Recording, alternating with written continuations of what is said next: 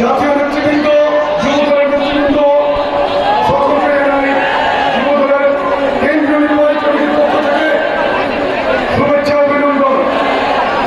প্রতিষ্ঠা বার্ষিকী এই দিনে স্মরণ করছি, শ্রদ্ধা স্মরণ করছি স্বাধীনতার ঘোষক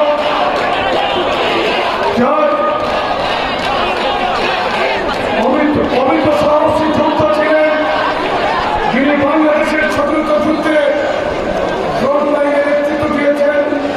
বিএনপির প্রতিষ্ঠাতা, বহুদলীয় গণতন্ত্রের প্রবর্তক, 1978 সালের 27 অক্টোবর যিনি যুবদলকে প্রতিষ্ঠিত করেছিলেন, সেই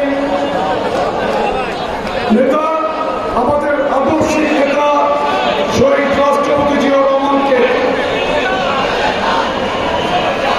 বাংলাদেশের আপসহীন নেত্রী, সর্বভাষী নেত্রী, যাকে অন্যায়ভাবে এই সরকার বন্দী করে রেখেছেন মিথ্যা মামলায়, আজকে আমি সশ্রদ্ধ সেলুট জানাই গণতন্ত্রের এই মহিষী নেত্রীকে, বিএনপির চেয়ারপারসন দেশনেত্রী বেগম খালেদা জিয়াকে। আমি ধন্যবাদ জানিয়ে ছোট করতে চাই না, অভিনন্দন জানাই দেশ সাহেব তারেক রহমানকে। বিএনপি পুরো জাগরণের জাদুঘর, যে মানুষ প্রবাসে অবস্থান করেও যার ঐকান্তিক চেষ্টা এবং অনুপ্রেরণায় বিএনপি আজকে প্রেস ক্লাব আর পার্টি অফিসের বন্দি করিয়ে ছড়িয়ে গেছে বাংলাদেশের 1,48,460 বর্গ কিলোমিটারে। আমি সশ্রদ্ধ সেলুট জানাই আমার নেতা, বাংলাদেশের নেতা, দেশ নায়ক তারেক রহমানকে।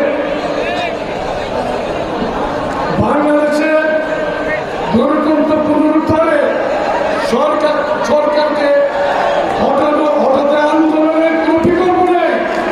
বিএনপির চলমান আন্দোলনে যুবদলকে নেতৃত্ব দিতে হবে। এই যুবদল বাংলাদেশের গণতন্ত্র ফিরিয়ে আনার ক্ষেত্রে অগ্রণী ভূমিকা পালন করবে। এই যুবদল বিএনপির পাশাপাশি একটি কার্যকর যুব আন্দোলনের নেতৃত্ব দেবে ইনশাআল্লাহ। তারেক রহমানের নেতৃত্বে বাংলাদেশে এই ফ্যাসিস্ট আওয়ামী সরকারের এই রেজিমকে ধ্বংস করতে হবে এবং বাংলাদেশের মানুষের গণতান্ত্রিক অধিকারকে আবার ফিরিয়ে আনতে হবে। দেশ নেত্রী বেগম খালেদা জিয়া বলেছিলেন, দেশ বাঁচাও, মানুষ বাঁচাও। আমরা তখন বুঝতে পারি নাই আজকে বাংলাদেশের মানুষের জনজীবন বিপর্যস্ত। আজকে বোঝা যাচ্ছে কেন দেশ নেত্রী বলেছিলেন, দেশ বাঁচাও, মানুষ বাঁচাও। এই দেশ বাঁচাও, মানুষ বাঁচাও আন্দোলনে যুবদল নেতৃত্ব দেবে ইনশাআল্লাহ। আমাদের নেতা দেশ নায়ক তারেক রহমান বলেছেন, টেক ব্যাক বাংলাদেশ। আমরা বাংলাদেশকে টেক ব্যাক করতে চাই দেশ নায়ক তারেক রহমানের নেতৃত্বে। আপনারা কি প্রস্তুত আছেন? বাংলাদেশের ফয়সালা রাষ্ট্রপতি হবে ইনশাআল্লাহ। হবে না? রাষ্ট্রপতি হবে ইনশাআল্লাহ। দেশ নায়ক তারেক রহমানের নেতৃত্বে বাংলাদেশের ফয়সালা আমরা রাষ্ট্রপতি করব।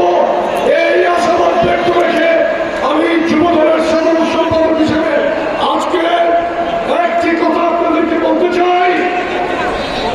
যে দায়িত্ব আমাকে দেশ নায়ক তারেক রহমান দিয়েছেন, ইনশাআল্লাহ আমি রাজপথ থেকেই সেই দায়িত্ব পালন করব।